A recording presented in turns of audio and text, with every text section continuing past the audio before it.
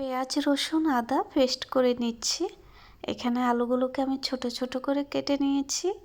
আর এগুলো হলো লেয়ার মুরগির কলিজা, গিলা, চামড়া আর কয়েক টুকরো মাংস ছোট ছোট করে কেটে নিয়েছি। এখানে সব ধরনের মশলাগুলো আমি ভালোভাবে কষিয়ে নিচ্ছি। আসসালামু আলাইকুম, কেমন আছেন সবাই? আশা করি সবাই ভালো আছেন। সবাইকে স্বাগতম আমার আজকের রান্নাবান্নার ভিডিওতে। মশলাটা ভালোভাবে কষিয়ে নিয়েছি। এখন উপরে মুরগির চামড়াগুলো দিয়ে দিলাম। লেয়ার মুরগির চামড়া একটু শক্ত, ভালো করে জোশ করতে হয়। এখন এগুলোকে আমি কিছুক্ষণের জন্য ঢাকনা দিয়ে রাখবো। ঢাকনাটা উঠিয়ে নিয়েছি। অনেক সুন্দর কষানো হয়ে গিয়েছে। আর মুরগির চামড়ার ভিতরে প্রচুর তেল ছিল। তেলগুলো বাহির হয়ে গেল, অনেকগুলো তেল হলো। এখন উপরে কেটে রাখা আলুগুলো দিয়ে দিলাম। মুরগির চামড়াতে আলু দিলে রান্নাটা খুবই মজা হয় আর খেতেও খুব ভালো লাগে। এখন এগুলোকে আমি ডেকে রাখবো, কিছুক্ষণ ধরে জাল দিব। ঢাকনাটা আবারও উঠিয়ে নিয়েছি। আলু এবং মুরগির চামড়া ভালোভাবে কষানো হয়ে গিয়েছে। পরিমাণ মতো পানি দিয়ে দিচ্ছি। এ পানিতে রান্নাটা হবে। এখন আবারও এগুলোকে ডেকে রান্না করে নিব। আজকের তরকারিতে একটু ঝালের পরিমাণ বেশি করে দিয়েছি।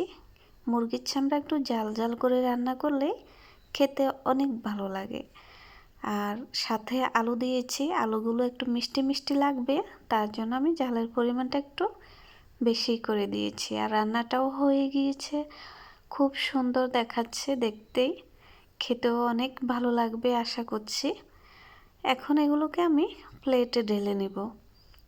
আমি সবসময় কালি পাতিল থেকে অন্য পাতিলে, সুন্দর একটি পাতিলে ঢেলে নিই অথবা প্লেটে নিয়ে নিই।